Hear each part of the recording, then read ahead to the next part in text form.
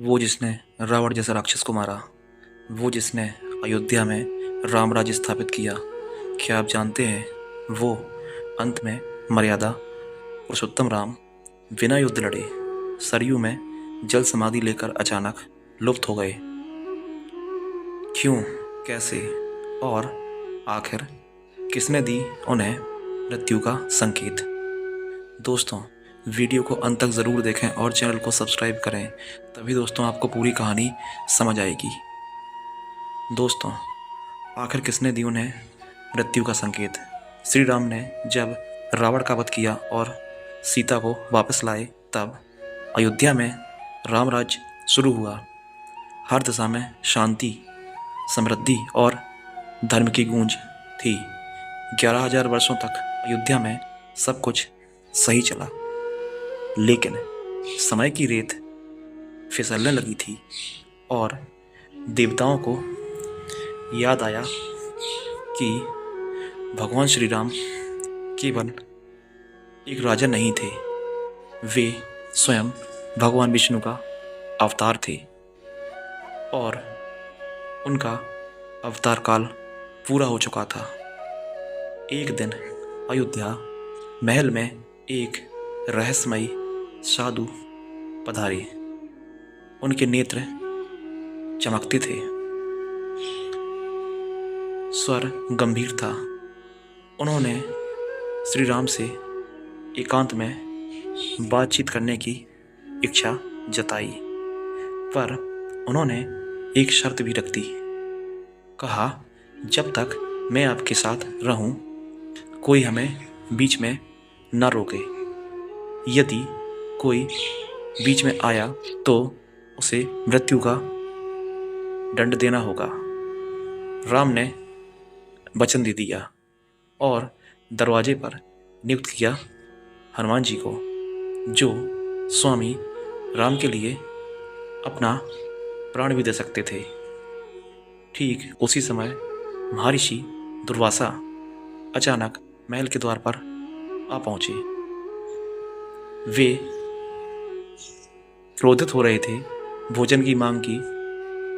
हनुमान असमंजस में पड़ गए। नियम तोड़े या संत का अपमान करे।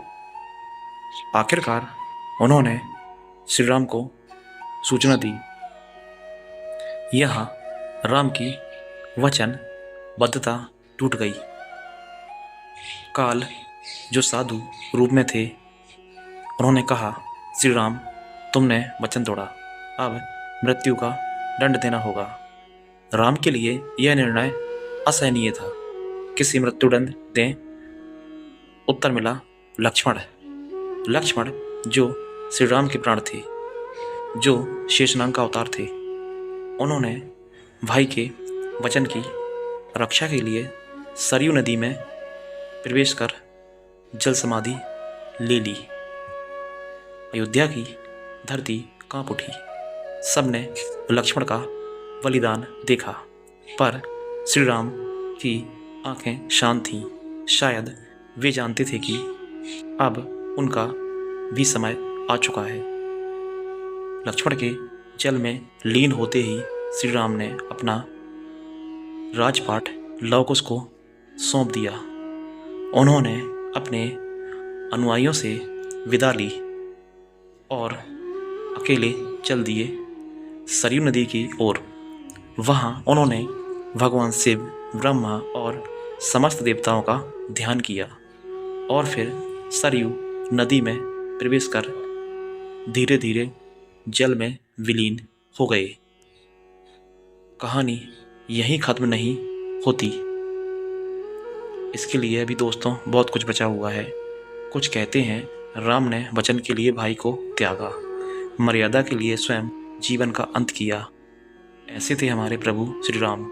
आज जब हम धर्म, प्रेम और त्याग भूलते जा रहे हैं, तो हमें श्री राम की मृत्यु की नहीं, उनकी मर्यादा को याद ज़रूर करना चाहिए।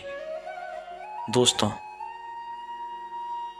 ऐसी ही जानकारी के लिए हमारे चैनल स्टोरी विद देव के साथ जुड़े रहें और दोस्तों, चैनल को अधिक से अधिक सब्सक्राइब करें। वीडियो को पूरा देखने के लिए दोस्तों बहुत बहुत आभार और धन्यवाद।